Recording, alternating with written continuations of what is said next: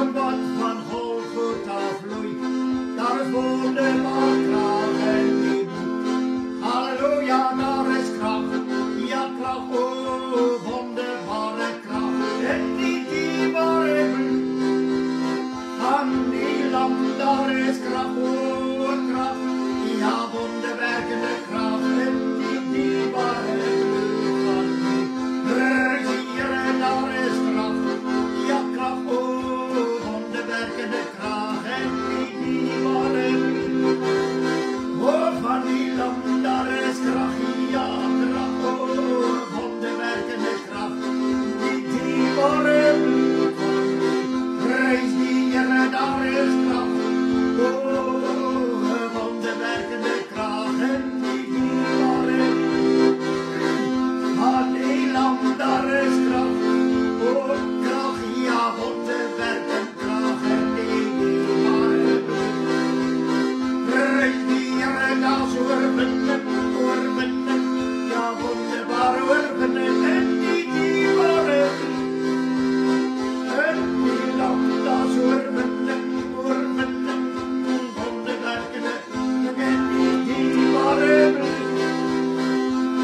Halleluja, dat is genezen, genezen. Ja, wonderbaar genezen. En die dierbare bloed. Van die lam, daar is genezen, genezen. Ja, wonder, genezen. En die dierbare bloed van er is die Heere, daar is kracht. Oh, wonderbare kracht.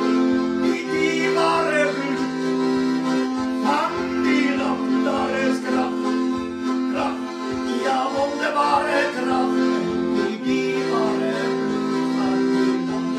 Oh ja, dat is oorwinnen, oorwinnen. Ja, wonderbaar oorwinnen. Dierbare bloed. Van die lam, dat is oorwinnen, oorwinnen. Ja, wonderbaar oorwinnen. En die dierbare bloed. Reis die Heere, dat is genezen, genezen. Ja, wonderbaar genezen. En die dierbare bloed.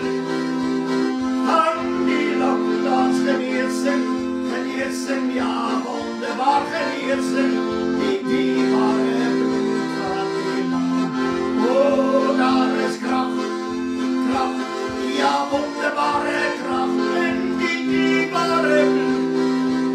Van die lam, daar is kracht, kracht. Ja, wonderbare kracht. En die dierbare bloed van die. Oh, halleluja, daar is kracht. Ja, kracht. Ja, wonderbare kracht. En die dierbare bloed. Van die lam, daar is kracht. Oh, wonderbare kracht. Die dierbare bloed van die lam. Ja, Heere, zij die lam. Ja, Heere, zij die lam. Zijn bloed gestort er mij. Zal mijn kracht bestraalt, zodat ik nooit zal verdwalen. Daar is kracht en Jezus bloed. Oh ja, Heere, zij die lam.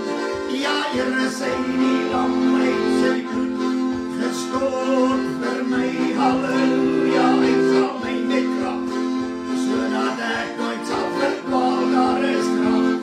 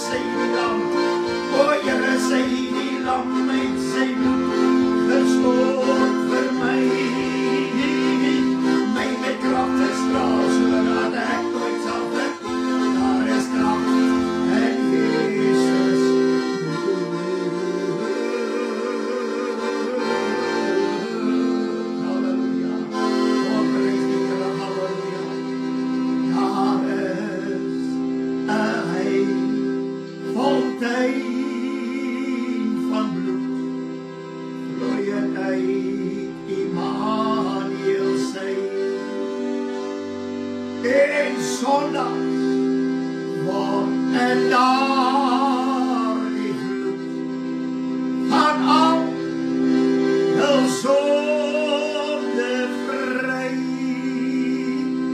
van al hul sonde vry, o ja, van al hul sonde vry. En zondags wordt en al die vloed van al hul zonde vrij. Halleluja, ja, van al hul zonde vrij. Ja, van al hul zonde vrij. Ja, en zondags wordt en door die vloed van al hul zonde vrij.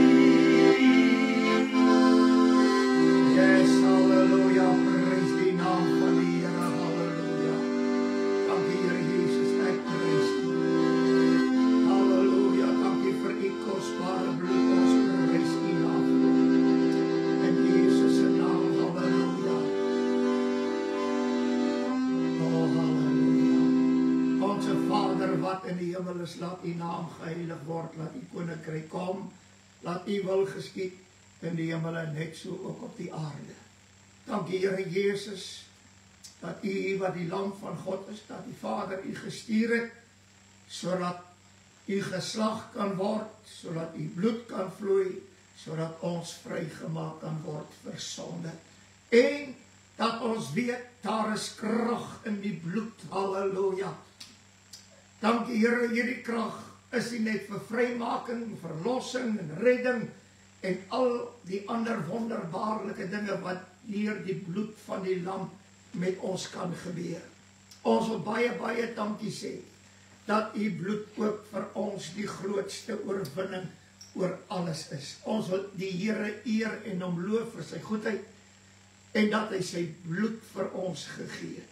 Ons eer u in hierdie dag, dat ons so aan die tafel van die Here ook kan gaan sit, en dat ons kan drink van die bloed, kan eet van die liggaam, sodat ons daardeur die ewige lewe deelagtig kan word.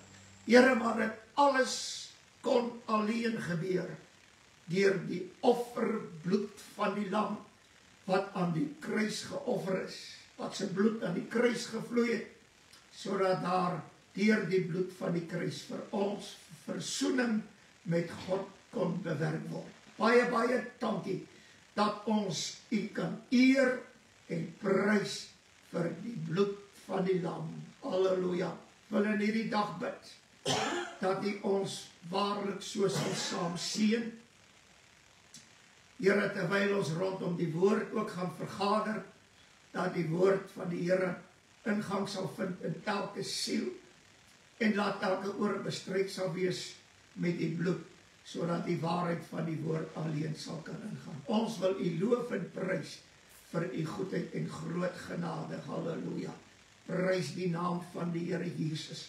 Baie, baie dankie dat u elkeen seën. Baie, baie dankie, Here, omdat ons weet daar is genesing deur die wonde waaruit die bloed van die Here gevloei het. En ons dankie vir genesing vir elke ene wat siek is. Dankie, Here, vir elke gebedsversoek wat daar is.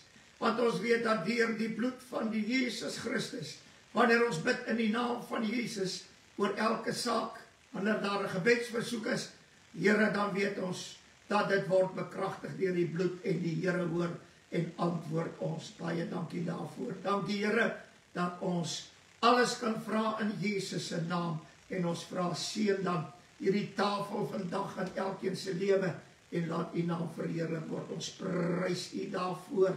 Dankie, Here, dat u self die tafel berei het. Dankie dat u self die ete berei het.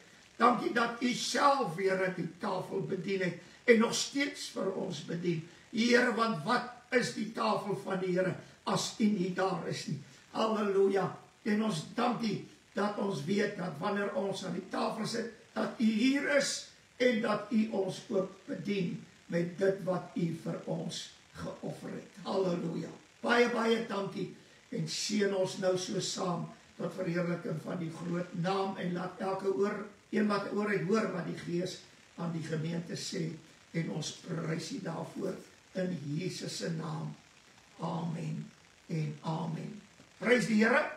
Ons is dankbaar om in hierdie dag so saam te wees en ons groet U almal in die mooi naam van ons Here Jesus Christus. En ons wil die Here ook loof en prys dat ons so aan die tafel van die Here kan sit. Ek is pastoor Flippie Gerber en ek wil vir die Here baie, baie dankie sê vir 'n voorreg dat ons so saam aan die tafel van die Here kan sit. Ek wil dit net vir u noem. Onthou, as u nie meer by 'n kerk kan uitkom nie, wil ons u graag nooi, want daar is heel wat mense wat saam met ons elke eerste Sondag van die maand ons nagmaal hou, en u is baie welkom as u alleen by die huis is, of as u nie by die kerk kan uitkom, saam met die gesin ook, kan u saam met ons dan ook aan die tafel sit. Dis al wat u moet doen. U moet net sorg dat daar broodjie is, en dat die beker daar is om te drink, en saam met ons te eet, die tafel van die Here. So, om ons doen dit, dan is u nie altyd alleen nie. Prys die Here. Ek wil die Here loof en prys dat ons dit so kan doen. Halleluja. Prys die Here. Halleluja. Ekskuus. Prys die Here. Halleluja.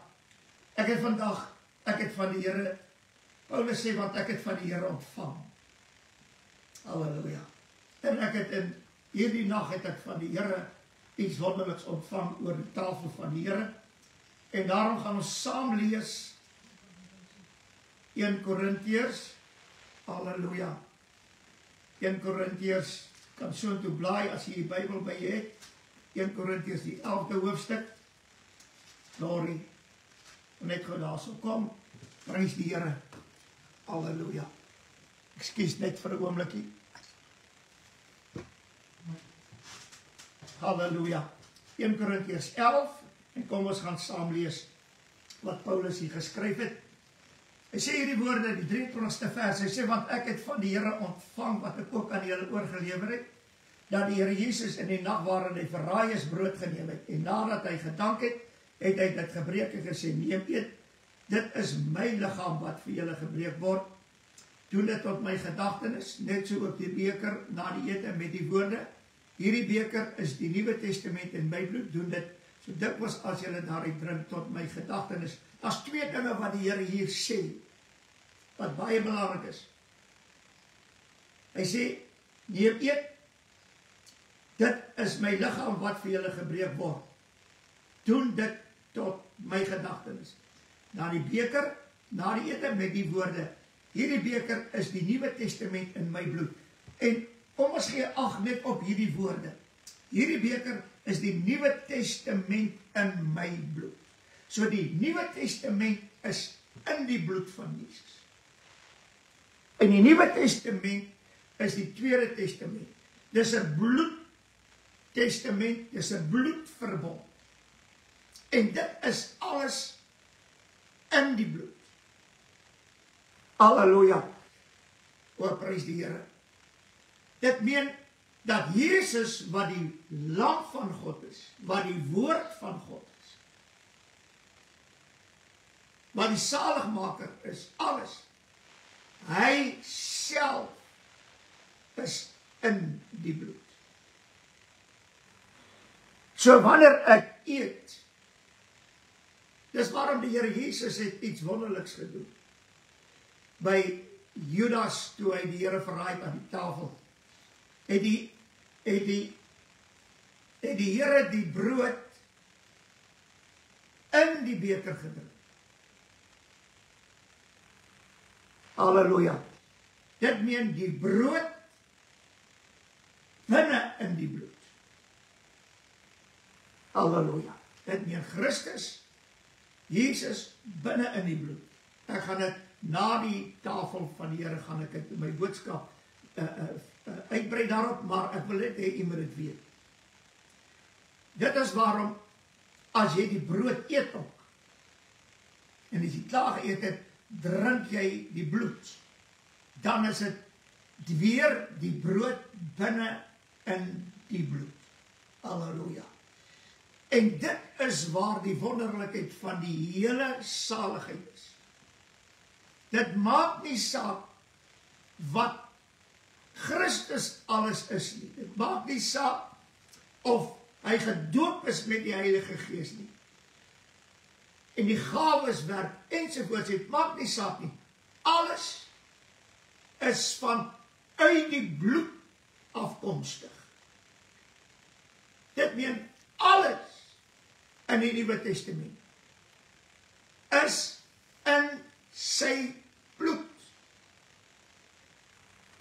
Die woord, die krag, noem net wat jy wil in die Nuwe Testament.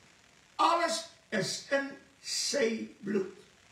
Dis nie net die bloed van die Nuwe Testament nie. Hy sê hierso, in 'n beker, hy sê, hierdie beker is die Nuwe Testament in my bloed. Halleluja.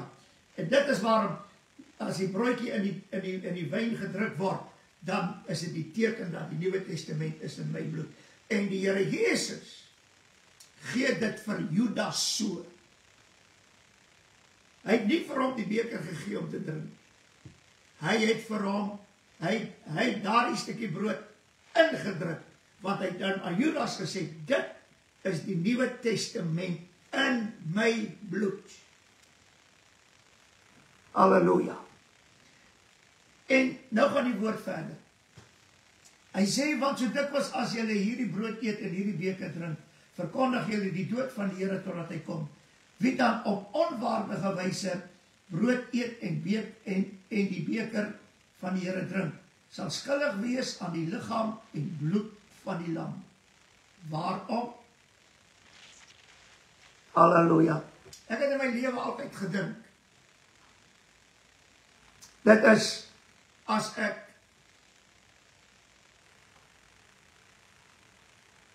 ek gesondig het, of ek het teen my broer en my suster gesondig, of kwaad gedoen, of geskinder, maak nie saak, dan, ek meen, dit was vroeger jare in Pinkster so, en dit het so gewerk, maar daar was 'n verskil, in vroeger jare se Pinkster, as wat daar vandag is, vroeger jare se Pinkster, daar die volk het by die waarheid van God se woord gestaan. Nou, en wanneer hulle, voordat hulle aan die tafel gesit het, hulle mekaar die misdade bely, en mekaar vergewe. Dit is reg so. Maar ek wil dit sê, en ons sal nou in die boodskap dit beter verstaan. Hy sê, wie op onwaardige wyse brood eet en van die beker van die Here drink, sal skuldig wees aan die liggaam en die bloed van die Here. Toe die Here Jesus vir Judas die brood gee wat hy in die beker gedrink, toe word Judas skuldig aan die liggaam en die bloed van die Here. Waarom? Want Judas was 'n verraaier van die waarheid. Kan ek dit weer sê? Judas was 'n verraaier van die waarheid. So as jy God se woord nie in waarheid glo nie. Hy sê, as iemand in my glo, die Here Jesus sê dit, soos die skrifte sê. Dit meen, as jy nie in die Here Jesus glo soos die skrifte sê nie, dan is jy eintlik 'n verraaier van die waarheid. As jy dan aan die tafel van die Here sit, en jy eet en drink, maak jy jou skuldig aan die liggaam en aan die bloed. Halleluja. Hoor wat ek vandag sê. Hy sê, maar die mens moet homself beproef, en so van die brood eet en uit die beker drink. Want wie op onwaardige wyse eet en drink 'n oordeel oor homself, terwyl hy die liggaam van Christus van die Here nie reg onderskei nie. Halleluja. Jy kan alleen 'n oordeel oor jou bring op enige wyse wanneer jy ongehoorsaam is aan die woord van God. Dit meen, die oomblik as jy nie gehoorsaam is aan die woord van God en jy sit aan die tafel, kan jy 'n oordeel oor jou eet en drink. Wat van sonde, pastoor? Kom ons sê weer vir sonde. Die Bybel sê dit. Hy sê, al die sonde sal die mens vergeef word. Al sondig hulle teen die Vader en die Seun, dit sal hulle vergeef word, behalwe as hulle sondig teen die Heilige Gees. So sonde is die werke van die vlees. En daarvoor sal ons loon ontvang. Maar sonde kan nie die oordeel van die woord oor my bring. Want die Bybel sê, as iemand nie in my woorde glo en dit bewaar en dit lief het, soos wat die Here dit gespreek het, hy sê, ek oordeel hom nie. Hy sê, maar die woorde wat ek spreek, sal hom oordeel. So, dit meen, as jy aan die woord van God ongehoorsaam is, en jy sit aan die tafel, dan kom daar 'n oordeel oor jou. Nie as gevolg van sonde. En dit is interessant, hulle het van huis tot huis gegaan, die disippels, en hulle het brood gebreek. Hulle het van huis tot huis gegaan en brood gebreek. Wat gedoen? En die tafel bedien. Van huis tot huis. Want op so 'n wyse is die evangelie verkondig.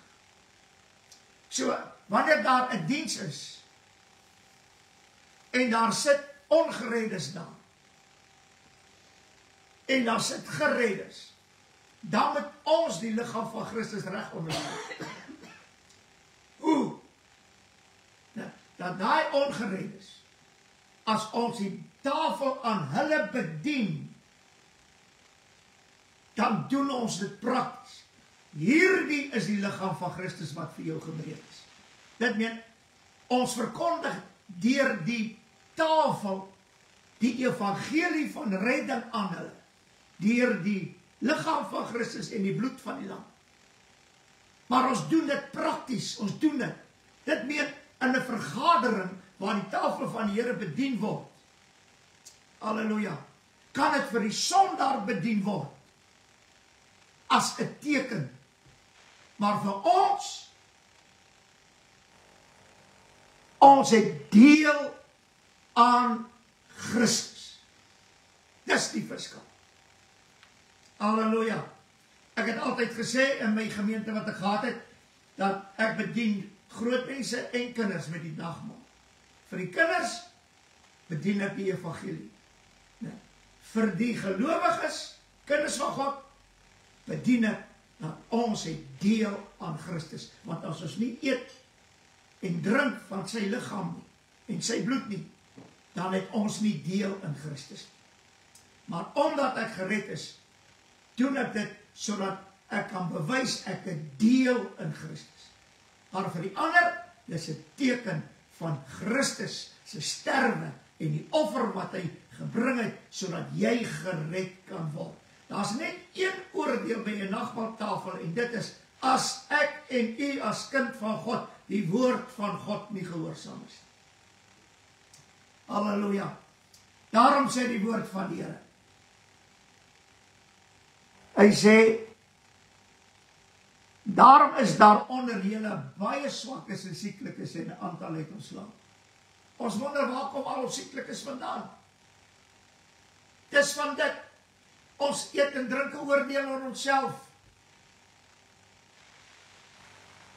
Want ons doen dit op 'n onwaardige wyse, want ons is nie sy woord gehoorsaam nie. Dan is ek onwaardig om die woord wat in bloed gedompel is, ongehoorsaam te wees. Halleluja. Maar dis wat die duiwel van ons al weghou. Nee, die sonde, en so hou hy ons almal weg van die nagmaaltafel af. Ja, ek kan nie nou nagmaaltafel gebruik nie, want 'n broer of 'n suster het iets oor my, of teen my, of ek het iets teen hulle. Jy kan dit altyd gaan regmaak. Maar wat doen jy met die woord van God waaraan jy ongehoorsaam is? Hoe maak jy dit reg? Voordat jy die tafel van die Here gaan sit. En dit is waar ons moet kom. Ons moet die liggaam van Christus reg onderskei. Want sy liggaam is die woord. Halleluja. Prys die naam van die Here. So, u kan met volle gerusheid aan die tafel van die Here sit. En as jy weet, jy is ongehoorsaam aan die woord van die Here, oor iets wat die Here gesê het in die woord, en jy glo iets wat verkeerd is, 'n leuen, wat nie ooreenstem met die woord nie. As jy vir die Here sê, Here, ek is jammer, ek was ongehoorsaam, dan kan jy in die tafel van die Here gaan sit. Halleluja. Maar ek glo dat ons wat aan die tafel van die Here sit, is almal gehoorsaam aan die woord van die Here. Prys die Here.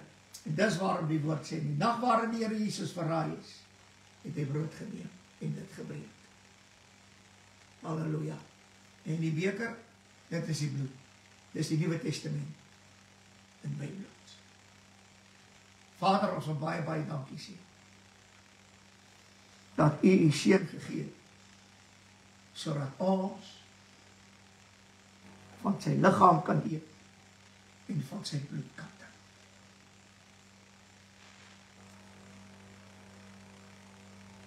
Here, wanneer ek baie keer aan Petrus dink, het hy gesê, ek sal nie u voete was nie. Sê die Here, as jy dit doen, die deel aan my.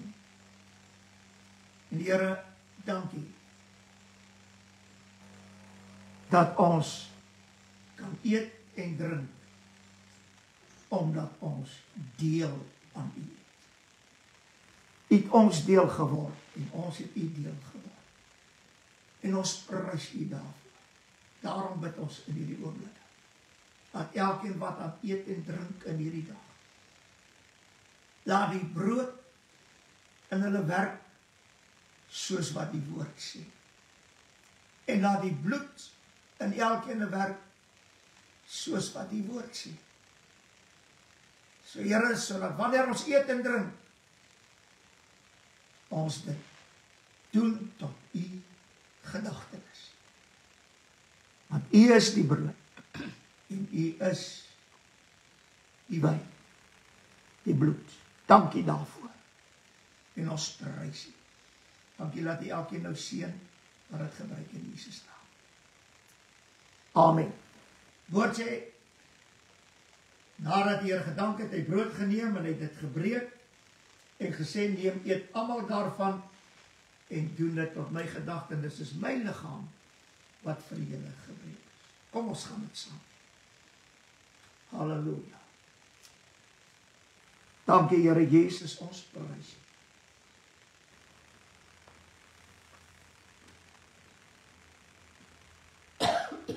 Oh, halleluja.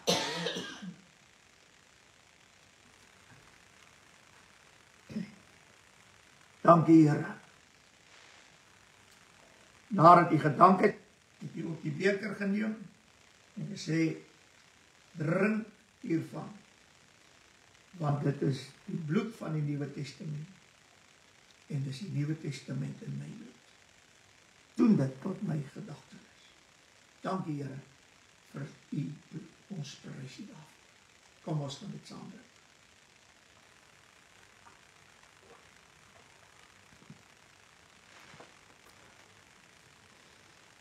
Oh, halleluja.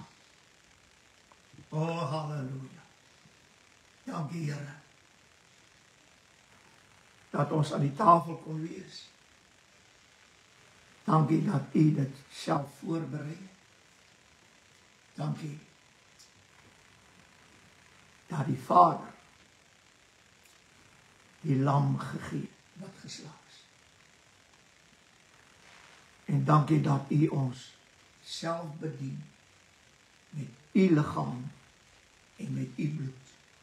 Aan u al die eer, Here, want ons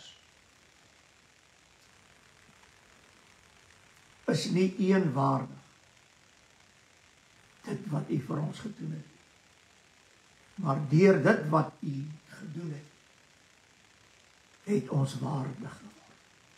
En ons prys U daarvoor. Seën elkeen in Jesus naam.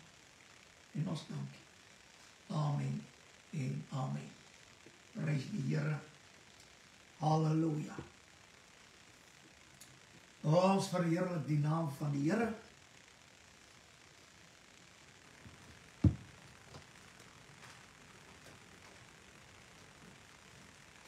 Prys die Here.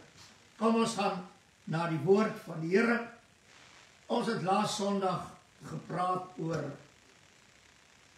Petrus gesê, broeders, praat van ons as diensknegte, ek praat van myself. Petrus sê vir ons, hy sê, moenie baie leermeesters wees. En wanneer jy so op Facebook, ek luister nie na baie dinge nie, maar as sekere persone, ek luister nie dit vinnig wat hy sê, en ons almal wil die mense leer, die gemeente leer. As hier 'n skrif in die Bybel wat sê, hy praat van, hy sê, en hulle sal almal deur die Here geleer word. Hoe word ek en u deur die Here geleer? Daar's net iets wat een persoon wat die Here kan gebruik, sodat die Here kan sê, ek sal jou leer. Of dat ek kan sê, ek is deur die Here geleer. Daar is net een persoon wat dit kan doen. Daar is geen prediker, en vandag het hulle apostels, en vandag praat hulle selfs van, hulle is nou besig, want die woord sê, ons is dier gekoop deur die bloed van die lam, en hy het ons konings en priesters vir sy God en Vader gemaak. Nou salf hulle mense as konings. En almal dink dit is wonderlik. Waarmee is die kerk besig?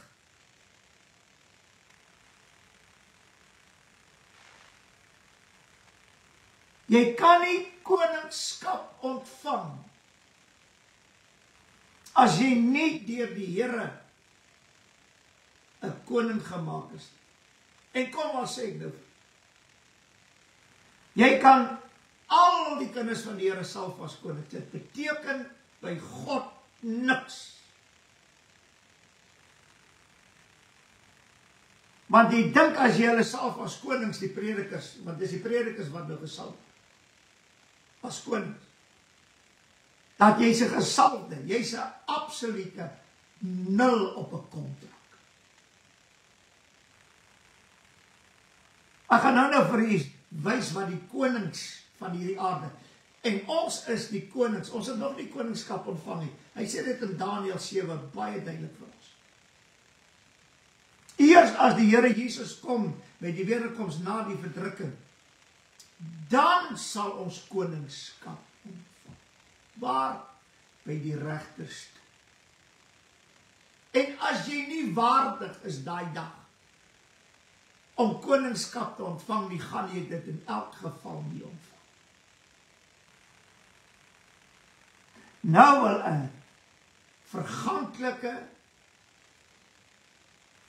mens wat in sy hele wese verward is, ons nou wil kom self as konings, waar? Maar dis wat vandag gebeur in die kerk. Predikers sê net iets en hulle doen iets en almal glimlag en almal is bly. O, dis wonderlik. Julle weet nie waarmee julle besig is nie. Dan wil julle aan die tafel van die Here kom sit. Hoor wat ek nou sê. Sit aan die tafel van die Here. En jy eet en jy drink 'n oordeel oor jouself. Want jy luister nie na wat God se woord sê.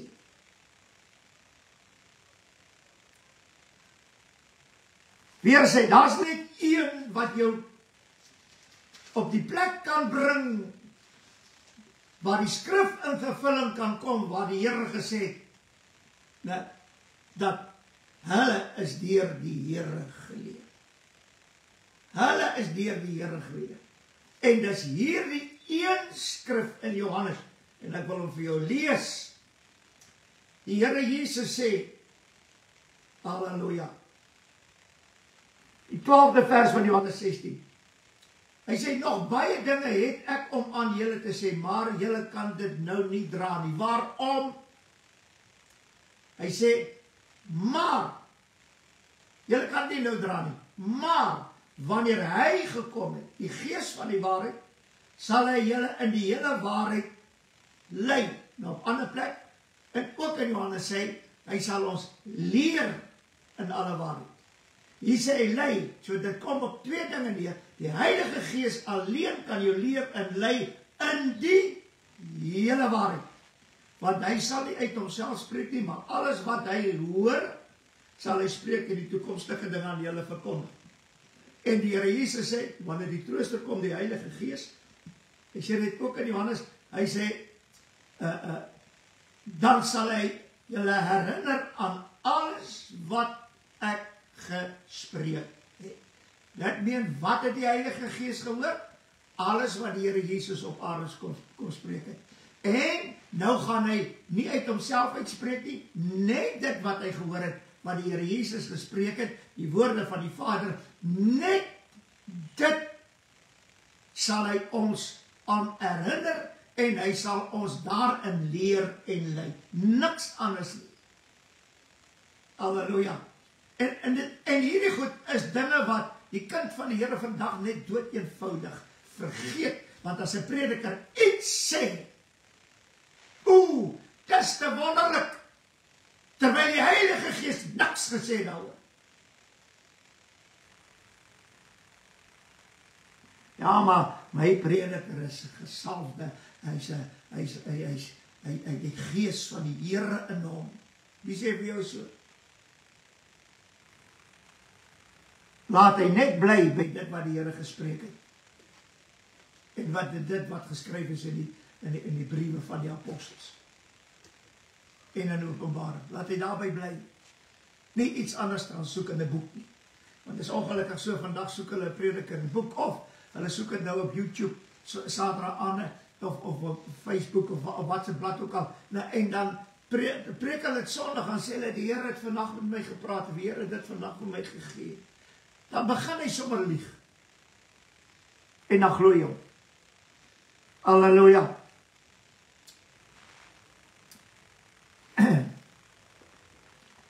Wat ek wil sê is, dat net die Heilige Gees kan ons leer en lei in die hele waarheid. En ek wil begin met die woord van die Here, by wat ons nou gepraat het oor die nagmaal. En hoor wat sê die woord van die Here.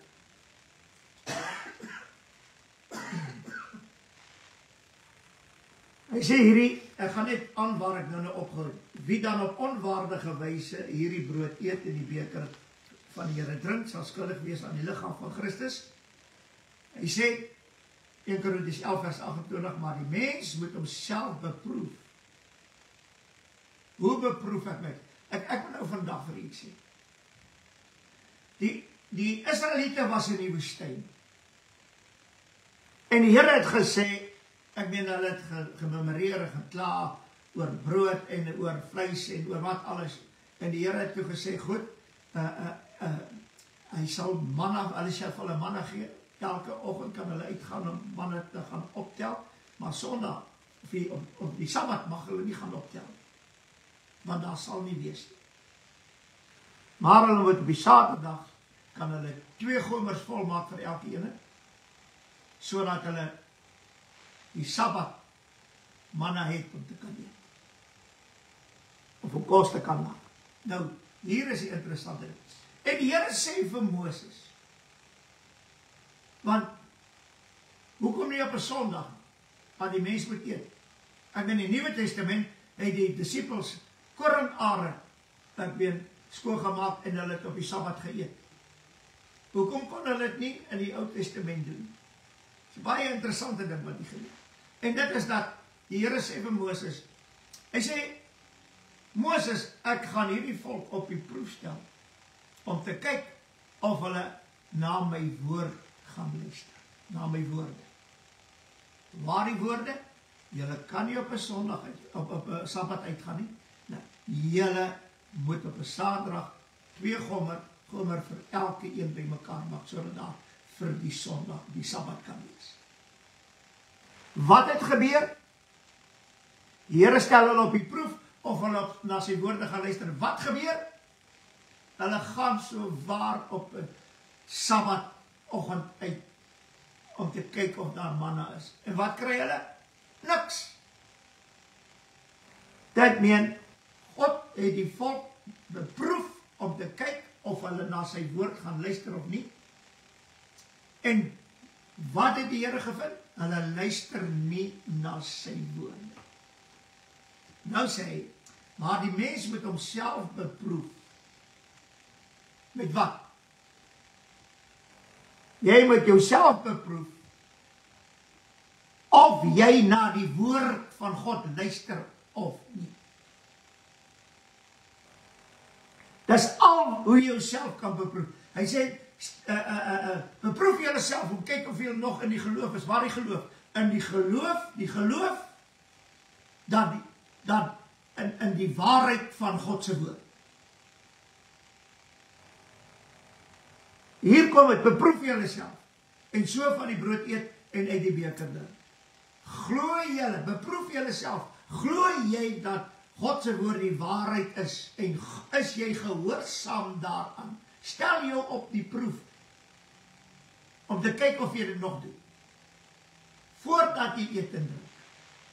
Nou, hy sê wie op 'n onwaardige wyse eet en drink, dit meen iemand wat aan die woord van God gehoorsaam is.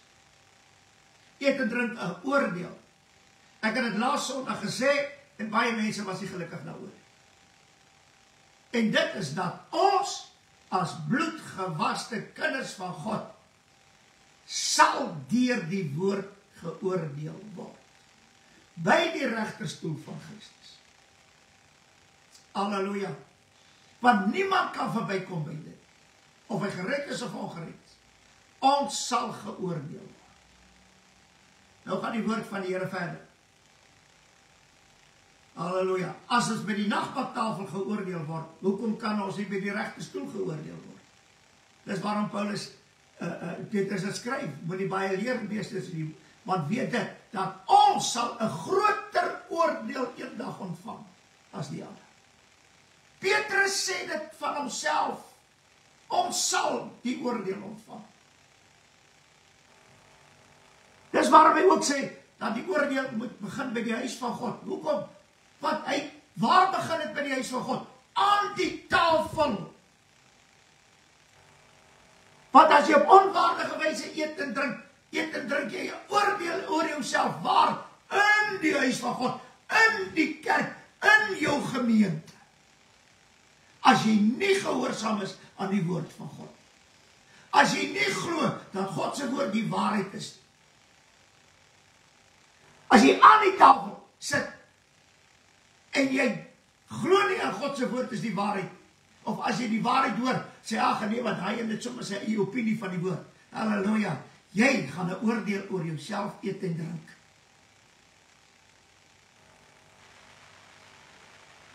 Hy sê die mooi woorde.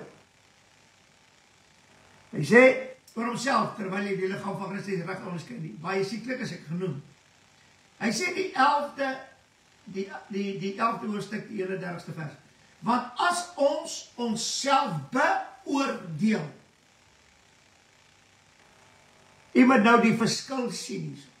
Dit meen, ek beoordeel myself. As ek iemand anders te waarsku, dan sê hulle vandag, wees jy my te oordeel. Dit meen, ek waarsku jou uit die woord van God, en nou sê hy vir my, wees jy om my te oordeel. Ek is bly jy sê dit. Want die lig wat ek aan jou bring, die waarheid van God se woord, oordeel jou in elk geval. Nie ek nie, dit wat ek bring. Uit die woord van God. Want hierdie woord, die lig, is die oordeel. Nou sê hy, laat ons onsself beoordeel. Dit weet ek kan myself beoordeel. Hoe? Deur myself op die proef te stel of ek nog luister na die woord van God en gehoorsaam daar is en te glo dat God se woord die waarheid is. Nou sê baie predikers sê, hy sê jy kan nie alles glo wat in die Bybel staan nie. Ek wil vandag vir julle sê, moenie alles glo nie. Glo selfs die jota en die titel.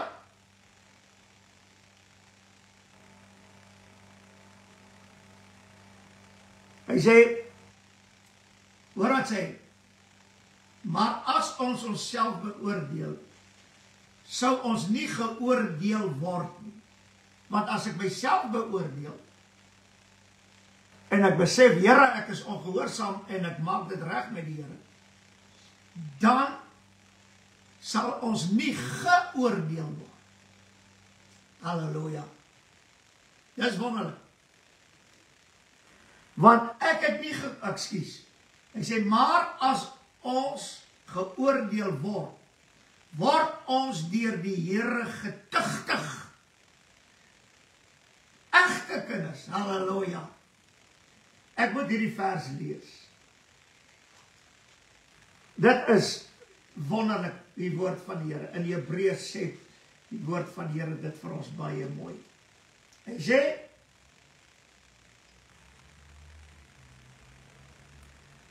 die 6de vers van die 12de hoofstuk, want die Here tugtig hom wat hy lief het. As die Here jou lief het, gaan hy vir jou tugtig. En wat is die tugtiging? Jy gaan deur die Here.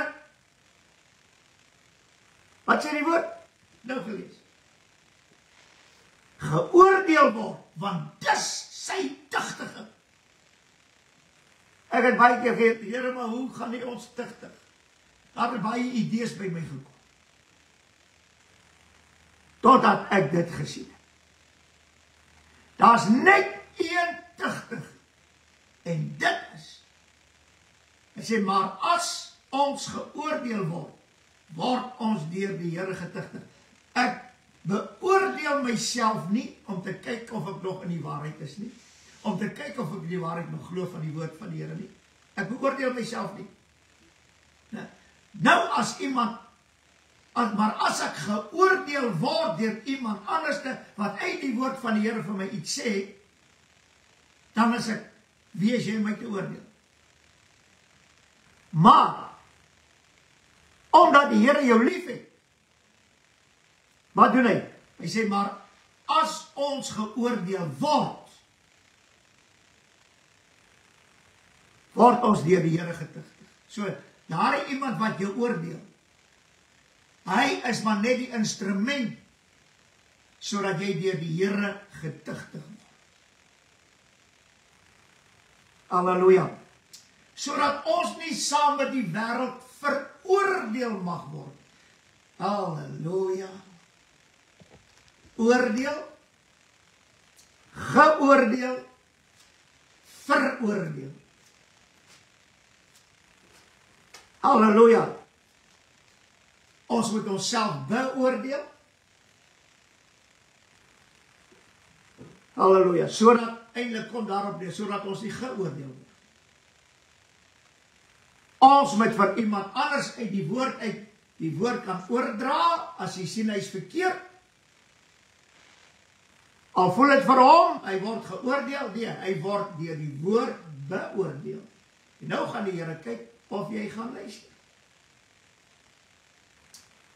So, en wanneer jy geoordeel word, of wanneer jy voel jy is nou geoordeel, word jy deur die Here getugtig. Waarom? Sodat ons nie saam die wêreld veroordeel word nie. Daarom sê in Romeine 8 vers 1, dit was altyd vir my een van die vrae gewees, Here, maar hy sê, daar is dan nou geen veroordeling vir die wat in Christus is nie. Vir die wat nie na die vlees wandel nie, maar na die gees. Nou, hoe wandel ek na die gees? Hoe wandel ek en u na die Gees? Want die Heilige Gees, die Gees van die waarheid, sal ons leer en lei in die hele waarheid. En dan sê in Romeine 8, almal wat deur die Gees gelei word, die is kinders van God. Dit meen in Christus. Nou sê die woord, daar is dan nou geen veroordeling vir die wat in Christus, daar is nie veroordeling. Dit meen veroordeling tot verdoemenis. Sodat ons nie saam, vir die wat nie na die vlees wandel nie, maar na die Gees. Hoe wandel ek na die Gees? Sê vir my. Ek kan alleen na die Gees wandel as ek deur die Heilige Gees, die Gees van die waarheid, in die hele waarheid geleer en gelei word. Dan wandel ek na die Gees. Nee, die Heilige Gees het vir my so gesê. Die Heilige Gees het gesê ek moet dit. Die Heilige Gees, dit is opdragte, dis nie wandel. Jy kan alleen wandel na die Gees, deur die Heilige Gees geleer en gelei te word in die hele waarheid. Nou gaan hy verder. Dis in my Bybel. Hy sê die tweede hoofstuk van Romeine 8, want die wet van die Gees, wat is die wet van die Gees? Van die lewe in Christus. Dit beteken, daar is 'n wet van die Gees, van die lewe in Christus. As ek in Christus is, daar is geen veroordeling vir die wat in Christus is. Maar daar is 'n wet van die Gees, van hierdie lewe in Christus. En wat is daardie wet? Julle sal die waarheid ken, die waarheid sal julle vry. Die Heilige Gees sal julle leer en lei in die hele waarheid. En die wat uit God gebore is, almal wat deur die Heilige Gees gelei word, hulle is uit God gebore. So, hier is die belangrike stap. Oordeel jouself. En kyk of die Heilige Gees jou kan leer en lei in die hele waarheid. En weet jy wat gaan gebeur? Die Heilige Gees gaan ander gebruik wat in die waarheid is, die waarheid glo, by die waarheid van die woord staan, by die waarheid van die woord gehoorsaam is, en hulle gaan vir jou sê, maar die woord sê so, omdat die Heilige Gees hulle leer en lei in die hele waarheid, en hulle volg dit, gaan die Here, deur die Heilige Gees, daai persoon na jou toe stuur om te sê, maar dit is wat God se woord sê. En ek wil vandag vir u sê, dat, ek sê 90%, 90% van die Pinksterkerk mense, glo nie meer die waarheid van die woord. Ek praat eers van die ander kerk, ek praat van Pinkster. Glo nie meer die waarheid van die woord. Hulle sê die waarheid, maar hulle doen dit nie. Hulle lewe dit nie. Hulle wandel nie daarin. Dis nie of ek in die waarheid glo nie. Lewe ek die waarheid. En daar is 'n wet van die Gees, want waar die Gees is, daar is vryheid. Dit meen, julle sal die hele waarheid ken, en hierdie waarheid sal julle vry maak. Waarvandaan kom dit? Deur die Heilige Gees. Halleluja. Ja, maar pastor, ek weet nie wat dan fout is in my lewe nie, en of daar iets fout is nie. Halleluja. Hy sê in Johannes 12 vers 47, as iemand na my woorde luister en nie glo nie, ek oordeel hom nie, want ek het nie gekom in die wêreld te oordeel nie, maar om die wêreld te red. Jy sien nou, haal almal wat valse leerstellings verkondig, haal hierdie versie, die Here het nie gekom te oordeel nie. Maar hy het gekom om die wil van die Vader te doen. Wat is die wil van die Vader? Die Vader het hom 'n gebod gegee. Wat is hierdie gebod? Is die ewige lewe. Ja? En om die ewige lewe deuragtig te word, nadat jy gered, moet jy gered word. En as jy gered is, en jy luister nie na die woorde van die Here Jesus nie. Wat sê die Here vir jou wat gered is? En jy luister nie. Hy sê, maar as iemand my woorde nie aanneem nie, het een wat hom oordeel. Die woorde wat ek spreek, dit sal hom oordeel in die laaste dag. Halleluja. Ek wil vir jou sê, as geredde, die woorde wat die Here gespreek het, sal jou oordeel in die laaste dag. Waar die laaste dag? Die dag wanneer die 1000 jaar van vrede aanbring met die wederkoms van Christus. Net na die verdrukking, na die middernagtydperk, daar sal die laaste dag aanbreek. Die laaste 1000 jaar van die bestaan van die mens op hierdie aarde. 7000 jaar. Die woord gaan jou oordeel. Halleluja. En ek en jy kan nie verbykom daarmee nie. En dat is die Here so wonderlik en dankbaar. Halleluja. Paulus sê iets baie mooi. Ek wil dit net vinnig dit noem, want dit is vir my baie mooi wat Paulus sê. Filippense 2 vers 3. Hy sê, laat niemand julle op enige manier mislei nie. Hier is die groot ding. Wanneer iemand jou mislei uit die woorde, uit die waarheid, dit moet jy reg verstaan. As iemand jou daaruit mislei,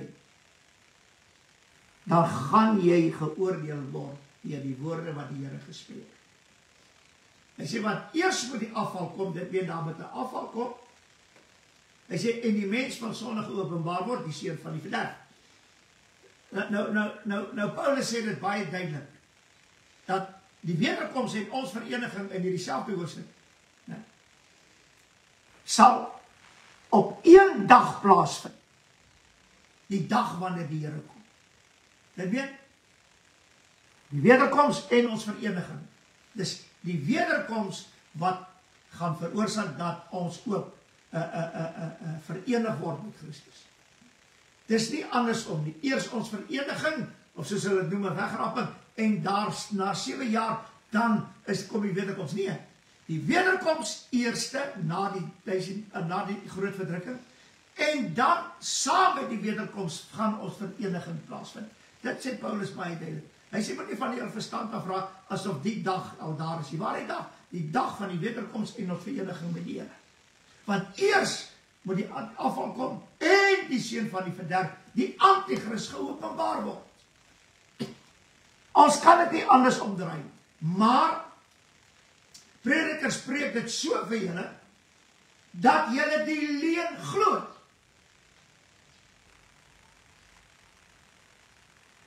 En ek wil vandag vir jou sê, as jy jouself nie gaan beoordeel nie, om te kyk of jy nog in die geloof is, of jy nog die waarheid van God se woord glo, gaan jy heel eers deur die Here getuigtig word, en as jy dan nie luister, dan sal jy veroordeel word met al die sonde. So daar's nie vir jou uitkomkans. Halleluja. En hy sê hierdie woorde. Hy praat hier van die teestander wat of hy al wat God genoem word vir van binne is, sodat hy in die tempel van God as God sal sit en voorgee dat hy God is. Nou sê die woord, en hier is die gevaar. As ek die woord nie gehoorsaam is, miskien moet ek dit vinnig vir u noem, want dit was vir my een van die wonderlikste, ek het nou so iets daaroor gepraat, en dit is dat die Here Jesus, hy sê dit in Romeine, ek gaan net die een versie net lees, hy sê Romeine 3 vers 25, God het hom voorgestel in sy bloed, as 'n versoening deur die geloof. Hoe het God sy seun voorgestel? Die lam, in sy bloed, nie buitekant die bloed, in sy bloed. Dit meen, Jesus, die seun van God, wat die lam is, wat die woord van God is, wat die weg is, wat die waarheid is, wat die lewe is, wat alles is. God het hom in sy bloed voorgestel. Nie buitekant sy bloed eenkant nie, in sy bloed. Halleluja. En selfs by die wederkoms gaan God sy seun weer in sy bloed voorstel. Hy wat die woord van God is. Hy sê dit in Openbaring 19.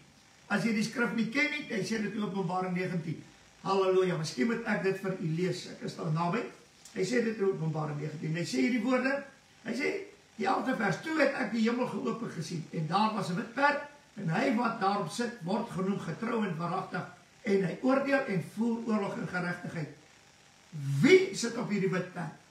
Dit is die dag van die Here, die wederkoms wat gaan plaasvind.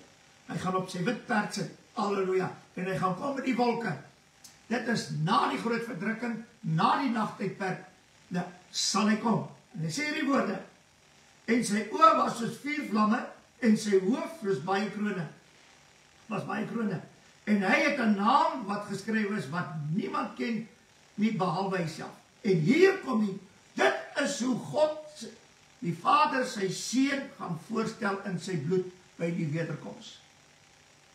Dis hoe die Vader dit gaan doen. En hy was bekleed met 'n kleed wat in bloed gedompel was. En sy naam is die woord van God. Dit meen, die woord van God is in bloed gedoop. Nuwe Testament in my bloed en halleluja. En die Nuwe Testament in sy bloed sê net een ding, dat hy is self in die bloed. En hy sê dit in 1 Johannes, baie duidelik vir ons, maar ek moet net gou hier iets lees, want dit was vir my wonderlik geweest. Hy word genoem, en die leers in die hemel het hom gevolg op wit perde, bekleed met wit en rein, fyn linne.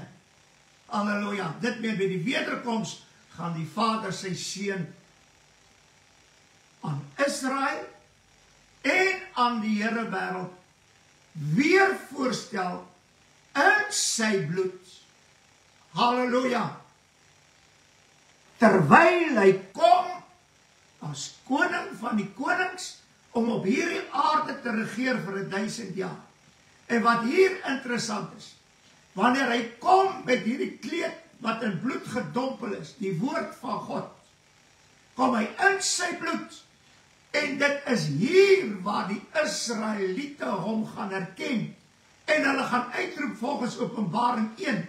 Dit is hy wat ons deurboor het. Dit meen die Vader gaan hom vir die tweede keer aan die Israeliete voorstel in sy bloed. En dan gaan hulle hom herken as die een wat hulle deurboor het. Dit meen, hoe herken hulle hom? Aan die bloed waarin sy kleed gedompel is. Want hulle het sy kleed met bloed bevlek, die dag toe hulle hom gekruisig het. Dit is die wederkoms na die verdrukking. Halleluja. En hierdie ding is vir my wonder. Daar is so baie plekke waar die Here, die volk, die Here, die Vader sy seun in sy bloed voorstel.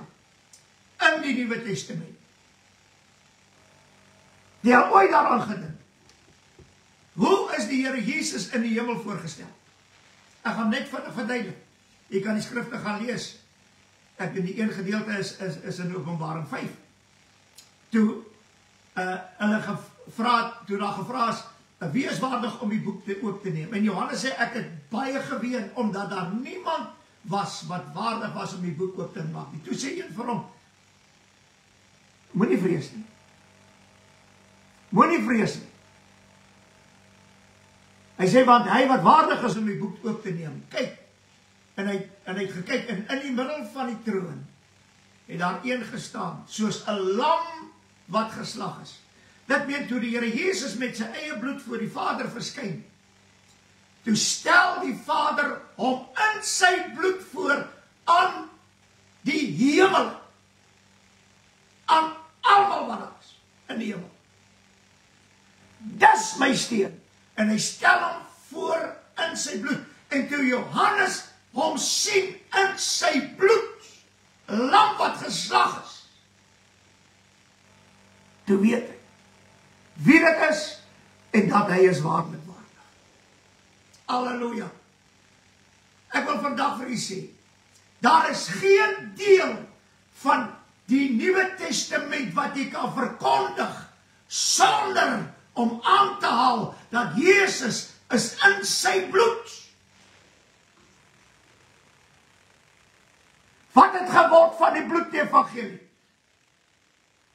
Hierdie bloed-evangelie is in die bloed, ek meen Jesus, hierdie evangelie is bekend gestel aan die wêreld, in sy eie bloed. Ons sing daar die ou koortjie. It's dripping with blood. This Holy Ghost gospel, it's dripping with blood. Waarom? Want of jy die saligheid vat, of jy die redding vat, of jy die liefde vat, maak nie saak wat jy die geloof vat, enige iets in die Nuwe Testament, dis alles in sy bloed. En weet jy wat? Die bloedlose evangelie het veroorsaak om, en hulle het dit reg gekry, om Jesus, die woord van God, uit die bloed te haal, en 'n bloedlose evangelie te verkondig vandag.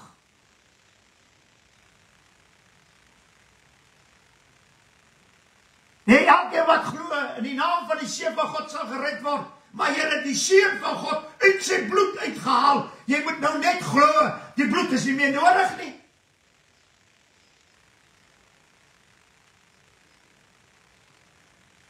Paulus praat van, ek wil dit noem, want dis vir my iets verskriklik. Thessalonisense 1 Thessalonisense 4, praat hy van die wederkoms en ons vereniging met Christus. 2 Thessalonisense 2, die eerste vers, praat hy van die wederkoms van Christus en ons vereniging met hom. Dit met die wederkoms en die vereniging met hom vind saam plaas op een dag. En wat doen die bloedlose evangelie? Hulle haal ons vereniging met Christus uit die bloed. En hulle plaas dit buite die bloed. En hulle noem dit 'n wegraping voor die verdrukking. So jou wegraping teorie is 'n bloedlose evangelie. En dat jy die bruid is bloedloos. En omdat daar 'n huwelik in die hemel gaan wees, is bloedloos. En die regterstoel in die hemel is bloedloos. Want die regterstoel sal plaasvind op die aarde, want die Here bring sy loon saam met hom. Dis alles in die bloed. Die Here sê, daar sal nie in die hemel 'n huwelik uitgegee word, of getrou word nie. Want dis, om dit te glo, is buite die bloed, uit die bloed uit. Maar om te glo, daar gaan nie wees nie, is in die bloed. Om te glo, jy is die bruid, is uit die bloed. Want hy het in Openbaring gesê, en hy het gewoon vir hom gesê, kom hierheen, en ek sal jou toon, die bruid, die vrou, die bruid en die vrou van die lam. En te toon hy om die nuwe stad Jerusalem. Dis alles in die bloed. Want nou kom julle en julle sê, ons, die kerk van Christus, is die bruid van Christus. Julle is uit die bloed uit. En ons vereniging met Christus, met 'n wegraping, julle is uit die bloed uit. Want dis nie die woord van God.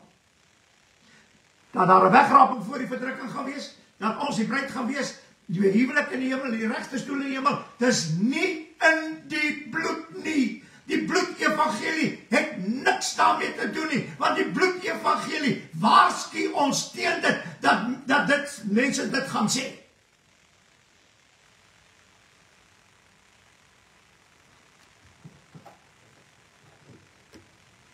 valse verwagtinge. Ons sal alles ontvlug. O, halleluja. Dit is vir my verskriklik. Hoor wat sê die woord in Jeremia 23 vers 16. So sê die Here van die Heerskare, luister nie na die woorde van die profete wat vir julle profeteer nie. Hulle vervul julle met ydelle verwagtinge. Hoor wat ek vandag sê, dat jy die bruid is, en dat daar 'n huwelik in die hemel gaan wees, en dat daar 'n regterstoel in die hemel gaan wees, en dat daar 'n wegraping voor die verdrukking gaan wees. Is ydelle verwagtinge, want dis nie in die bloed nie.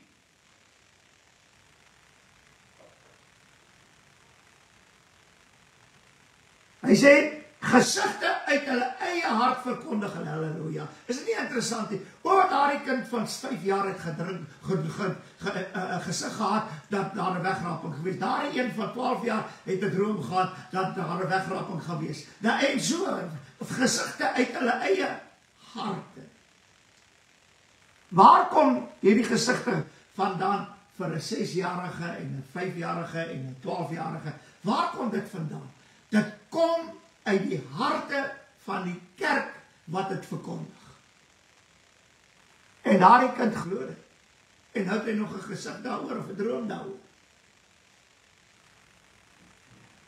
Maar die kind en die seun wat aan ons gegee is, wat vir ons kom sê, hoe gaan dit werk? Julle glo hom nie.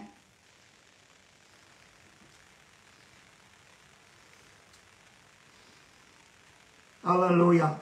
Maar wat sê die woord verder? Hulle sê gedurig aan my veragters. Waarom sê die woord sê, hulle glo gedurig aan my veragters? Want, weet jy wat, waarom word die Here as 'n veragter beskou? Dis omdat jy sy woorde verag.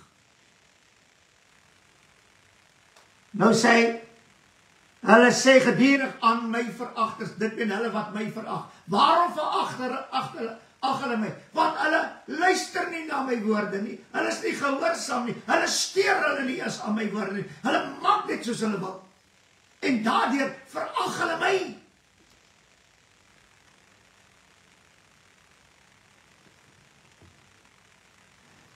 Die Here het gespreek. Ek het dit altyd gesê in my lewe, en hier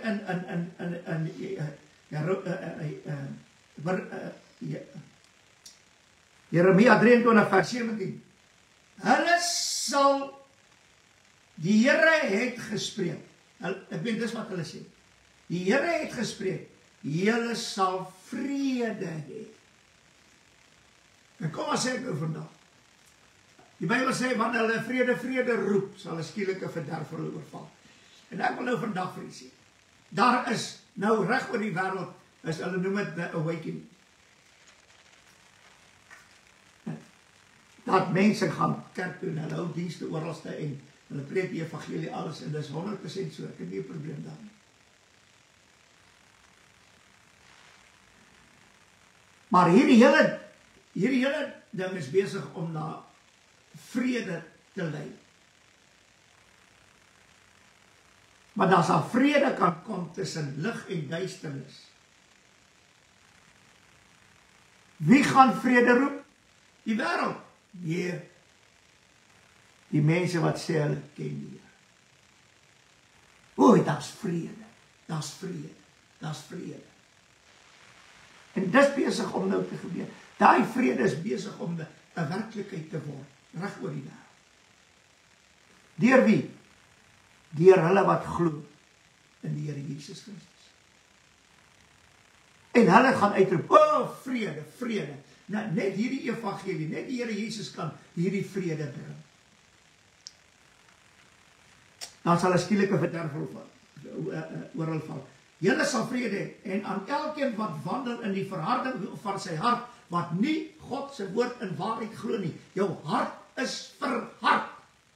Ja, hierdie profete, hierdie predikers vandag sê vir julle, sê vir hulle, geen onheil sal oor julle kom. Is dit nie wonderlik nie? Dis waarom die wegraping daar is. Want geen onheil sal oor ons kom nie. Ons mag nie in die oordeele ingaan nie. God sal dit nie toelaat nie. Ons sal nie in die groot verdrukking ingaan nie. Want dit is nie vir die regverdiges of die heiliges of wie hulle ook al is nie. Nee, dit is hierdie spesiale groepie mense wat die Here gaan wegraap. Hulle is spesiaal. Die ander gaan maar agterbly en hulle sal maar vir die verdrukking gaan. Jy is besig om God se woord te verag. Jy's besig om 'n leuen te glo. Halleluja. En ek wil vandag vir jou sê, elke keer wat jy aan die nagmaaltafel sit, eet jy en drink jy 'n oordeel oor jouself en jy gaan nie vryspring nie. Bly hierdie leuen glo. Daarom sê in 2 Tessalonisense 6:2, hy sê God sal hulle die krag van die dwaling glo, omdat God sal hulle die krag van die dwaling stuur om die leuen te glo, omdat hulle die liefde tot die waarheid nie aangeneem het.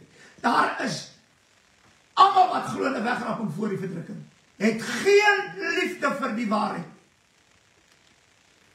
Almal wat glo is die bruid, het geen liefde vir die waarheid. Ja, jy is nou besig om ons te oordeel. Ek is nie besig. Ek is miskien besig om jou te beoordeel. Want jy moet deur die Here getuigtig word om te kan luister. Maar ook net die wat egte kinders is, sal luister. Dit sê hy ook in Hebreërs 12. Halleluja. En hy sê Jeremia 23 vers 18, want wie het in die raad van die Here gestaan, dat hy sy woord sou sien en hoor, wie het sy woord beluister en gehoor?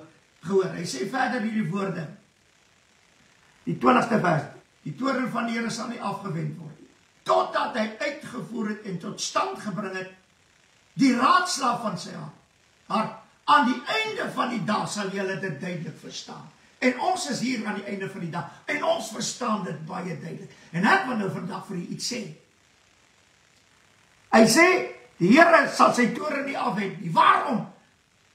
Want die kerk wat hulle self die bruid van Christus noem, is ongehoorsaam aan die woord van die waarheid. Hulle glo nie meer dat God se woord die waarheid is. Want hulle lees net boeke, hulle luister net na ander mense se sienings, hulle gaan glad nie na die woord van die Here nie. Hulle het geen kennis van God. En die Here gaan dit uitvoer wat hy gesê het. Die oordeel sal in die huis van die Here begin. Halleluja. En dit gaan oorvloei na die groot verdrukking. En as jy nie luister en gehoorsaam is aan die woord van die Here, ek kan dit vandag met alle versekerheid sê. Ek weet net een ding. Die wederkoms van Jesus na die groot verdrukking in die middernagtydperk met die aanbreek van die laaste dag. Halleluja. Is die waarheid van God se woord. En dit sal net so gebeur. Nou kan jy vir my sê, dis vir Israel. As jy sê, dis net vir Israel die wederkoms, wil ek nou vandag vir jou sê. Dan het jy jouself uitgesluit om ooit eendag by die wederkoms deel te hê, as jy nou doodgaan, om deel te hê aan die opstanding by die wederkoms. Om deel te hê aan hulle wat sal verander in 'n oomblikse tyd wat nog in die lewe is.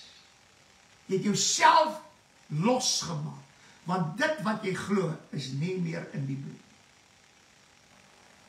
Maar die wederkoms na die verdrukking is in die bloed. Dit is hoe God sy seun voorgestel het, in sy bloed. Nou gaan hy verder die woord van die Here. Kon net vinnig vir u noem. Halleluja. Dis belangrik. En daar is vir my iets skrikwekkends. Ek wil dit net vinnig noem. Ek het geluister na 'n jong man op Facebook. Ek kan nie sy naam so mooi onthou nie, maar dit maak nie saak nie. En hy het begin preek en hy het hierdie woorde gesê. Hy sê, mense, kom ons hou op met ons verskille. Kom ons hou op met ons getwiste. Kom ons hou op met ons verdeeldheid wat ons saam. Kom ons hou op. En ek dink toe wel, Here, hierdie man sê iets. Ek wil dit baie graag hoor. Hy sê hierdie woorde toe. Hy sê, ek wil net vir julle sê.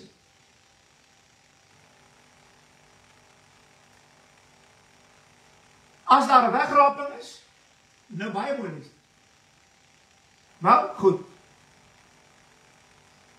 As daar nie een is nie, dan sal ons maar deur die groot verdrukking gaan. Maar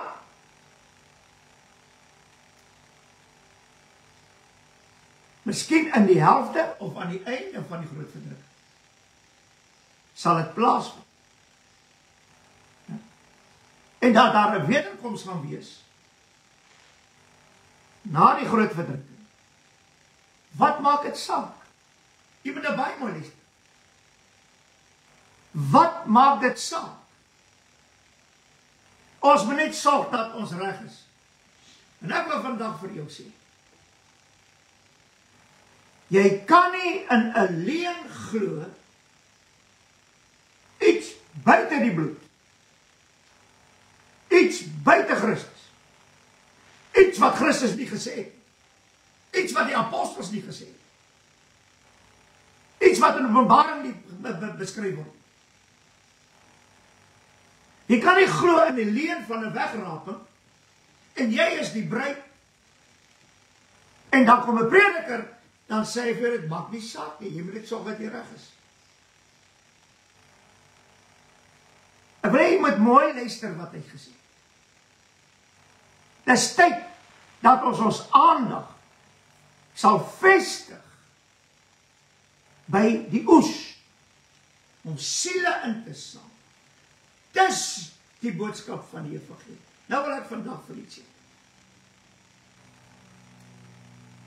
As jy glo in 'n leuen van 'n wegraping of iets hierby, en jy gaan voor die tyd weggeneem word, wat se evangelie gaan jy nou verkondig? Wat se saad gaan jy saai in die wêreld? En dis baie duidelik. Dis al saad wat gesaai word in hierdie wêreld. En in die kerke is die wegraping. En ons is die bruid. En 'n huwelik in die hemel. Die regte stoel in die hemel. Dis al wat jy hoor.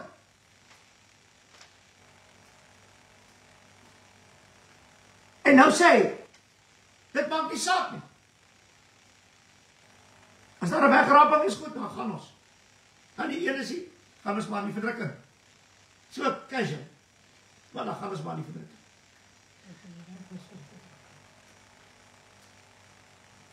En dis wat die woord van praat.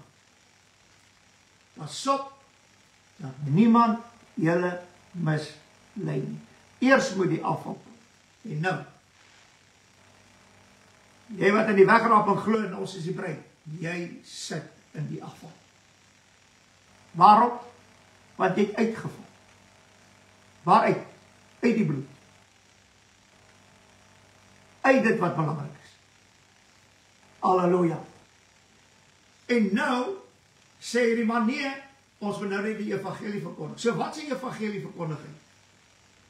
'n bloedlose evangelie. Want die wegraping het nie deur die bloed gekom nie. Dat jy die bruid is, het nie deur die bloed gekom nie. Dat daar 'n huwelik in die hemel is, het nie deur die bloed gekom nie. Die regte stoel in die hemel het nie deur die bloed gekom nie. Want die Here Jesus het niks daarvan gepraat. Hy is in die bloed. Hy is in sy bloed voorgestel. Hy het niks daarvan gepraat nie. So dit wat jy verkondig is buite die bloed. En daarom het ons 'n bloedlose evangelie vandag. Halleluja. En wat baie interessant is, as jy teen 'n wegraping praat, raak kerke vir jou kwaad, mense raak vir jou kwaad, mense wat sê hulle is kinders van die Here, hulle is weergebore, hulle raak vir jou kwaad. Waarom raak hulle vir jou kwaad? Want dis die duiwel wat weet, die ou wat teen hierdie goed praat, nou, hy is nog in die bloed, maar die een wat buite kan praat, buite die bloed, so ons met die een wat in die bloed is, moet ons uit die weg ren. Want die duiwel kan die bloed nie teenstaan. So ek gee nie om wat se evangelie hierdie mense verkondig. As jy hierdie houding het van, ek moet net reg wees, of daar 'n wegraping gaan wees of nie, dan moet ek maar deur die verdrukking gaan. Nou, ek wil net reg wees, miskien in die verdrukking of na die verdrukking sal die wegraping plaasvind. Maar as dit niks plaasvind nie, dan met die wederkoms. Daar's net een ding wat verseker gaan gebeur. Wat in die bloed verkondig is, deur die bloed verkondig is, deur die Heilige Gees. Maar die Heilige Gees is ook in die bloed. Waarom? Want die Here Jesus is gedoop in die Heilige Gees en Christus is in sy bloed. Die woord is in sy bloed. So die Heilige Gees leer en lei ons ook hoe? Deur die bloed, in die hele waarheid. Alles gaan deur die bloed. Moenie in 'n bloedlose evangelie staan. Dit gaan nie werk nie. Halleluja. Kom, laat ons onsself beoordeel om te kyk of ons nog in die waarheid staan en luister na die waarheid van die woord van God en God se woord en waarheid glo. Halleluja. Vader, ons sê vir u baie dankie.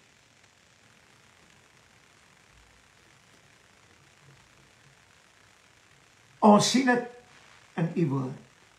Selfs by die Israeliete in Egipte. As ek die bloed sien. Here, so alles wat ek verkondig, u wil die bloed sien. Alles van die Nuwe Testament, selfs van die Ou Testament, u wil die bloed sien. Gee ons genade,